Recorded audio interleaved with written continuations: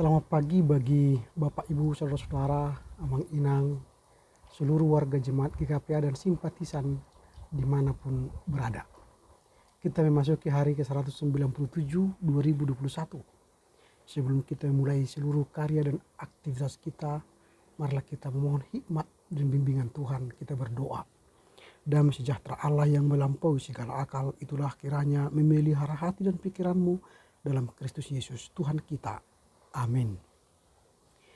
Saya akan membacakan firman Tuhan hari ini yang tertulis dalam kitab Roma 8 ayat 10. Roma 8 ayat 10. Tetapi jika Kristus ada di dalam kamu, maka tubuh memang mati karena dosa. Tetapi roh adalah kehidupan oleh karena kebenaran. But if Christ is in you, your body is dead because of sin, but the Spirit is your life because of righteousness. Demikian firman Tuhan. Yang berbahagialah mereka yang mendengar serta memelihara kebenaran firman Tuhan. Saya akan membawa renungan ini dalam sebuah tema, tubuh mati, roh kehidupan. Ada dua hal penting yang akan kita renungkan dari teks hari ini. Yang pertama, orang hidup di dalam dosa, tubuhnya akan mati. Orang hidup di dalam dosa, tubuhnya akan mati. Pasti setiap orang yang berada dalam Kristus mengharapkan tubuhnya tidak mati. Tetapi jangan salah bahwa setiap orang walau berada dalam Kristus, tetapi karena kita melakukan dosa, kita melakukan pelanggaran, melakukan kejahatan, melawan kehendak Tuhan, maka kita akan mati. Jasmani kita akan mati. Artinya seorang pun tidak bisa menahan kematian karena kita ini berdosa. Kita ingat bahwa Paulus berkata upah dosa adalah maut. Roma 6:23. Kalau kita bandingkan dalam Kejadian 2 ayat 17, 3 ayat 19, bahwa orang yang melakukan dosa itu juga akan mengalami kematian.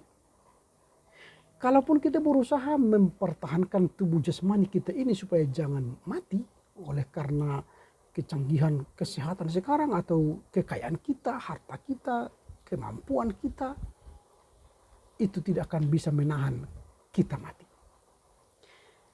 Harta, kekayaan, kepintaran, kebijaksanaan sekalipun tidak bisa menahan tubuh kita ini mati. Karena tubuh kita ini hidup dalam dosa. Itu saja. Kecuali kita bisa menahan diri kita, tubuh kita tidak berdosa, tidak melakukan dosa, maka bisa saja kita tidak mati jasmani kita. Kita bisa terangkat ke sorga sama seperti Henokh, Elia. Tetapi ketika kita jatuh dalam dosa, maka tubuh kita ini akan mengalami kematian. Paulus mengingatkan itu, bahwa hubungan antara maut dan dosa dan kehidupan orang Kristen telah ditetapkannya. Kita akan membaca itu nanti lebih ringkas dalam Roma 6 ayat 11. Bahwa kematian itu merupakan sebuah peristiwa masa lampau dan masa kini yang harus dijalani oleh setiap orang yang berdosa. Tetapi dalam teks ini dikatakan tubuh memang mati. Berarti keadaan kita yang lama, manusia kita yang lama disalibkan bersama Kristus.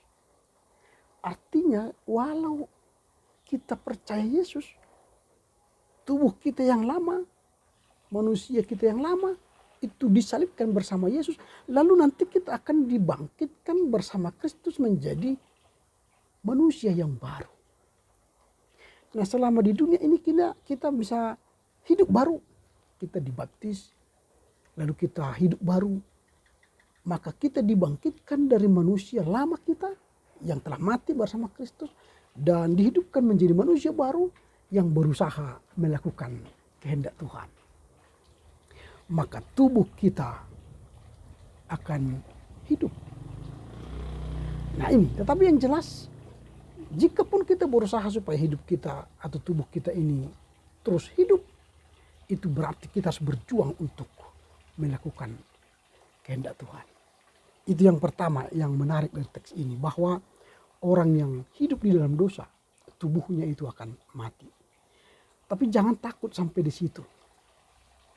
Bagian yang kedua dari teks ini dikatakan, orang yang hidup di dalam roh, kepadanya dianugerahkan kehidupan.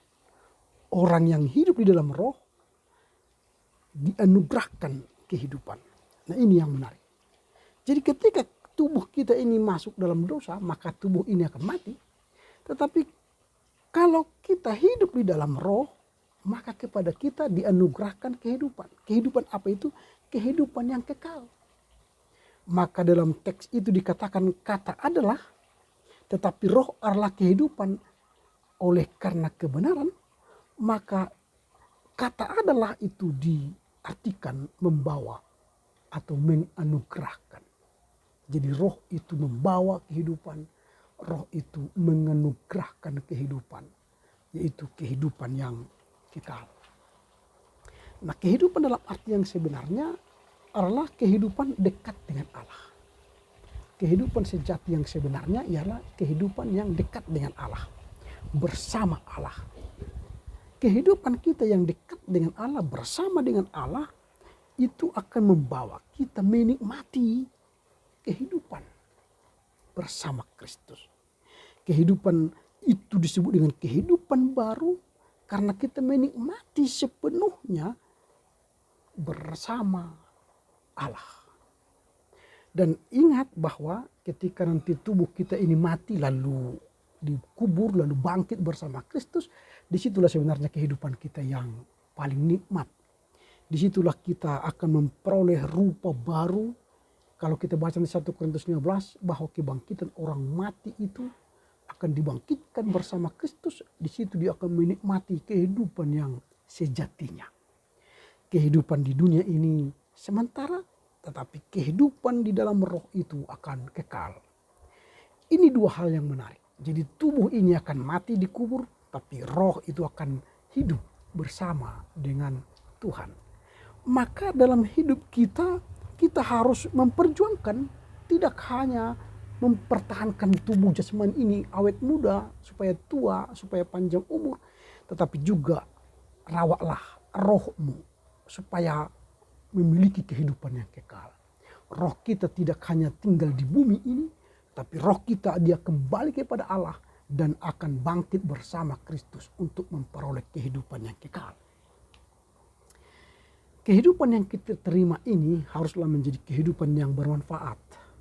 Luther pernah berkata begini, dalam kehidupan sebagai manusia, perbuatan yang baik bukan menjadikan manusia baik. Perbuatan yang baik bukan menjadikan manusia orang baik. Tetapi orang baik mengerjakan perbuatan baik. Tetapi orang baik mengerjakan perbuatan baik. Maka kehidupan kita selama di dunia ini benar jika kita telah memperoleh roh yang menghidupkan, roh yang menganugerahkan kehidupan. Ketika kita memiliki kehidupan yang benar dan baik itu, maka perbuatlah baik. Karena itu bukan untuk keselamatan, tetapi karena kita telah selamat, maka perbuatlah baik. Karena itu marilah berusaha meminimalisasi dosa, supaya tubuh kita ini walaupun akan mati, tapi roh kita akan beroleh kehidupan yang kekal. Kehidupan kita tidak hanya berhenti di dunia, tetapi ketika kita berhenti di dunia, kita akan bangkit bersama Kristus menikmati kehidupan yang kekal. Selamat berkarya untuk Tuhan. Tuhan Yesus memberkati. Kita berdoa. Bapa dalam sorga, kami bersyukur karena kami beroleh pelajaran dari firman hari ini bahwa orang yang berdosa tubuhnya akan mati. Tetapi orang yang hidup dalam roh, maka roh akan memberi, menganugerahkan kehidupan. Kehidupan yang kekal sejatinya akan kami terima jika kami bangkit bersama Kristus. Berkati kami memahami firman-Mu sehingga kami semakin kuat dalam kehidupan kami sehari-hari. Kami mohon supaya Tuhan memberkati bangsa negara kami melawan virus corona. Engkau pulihkan setiap orang yang terpapar COVID. Puji pimpinan GKPA Epurus, Sekjen Inang Epurus, keluarga di Panti Asuhan Deborah, keluarga dimanapun berada yang terpapar COVID. Tuhan kuatkan kami melawan virus itu. Supaya kami menang dan melanjutkan kehidupan di dunia nyata ini.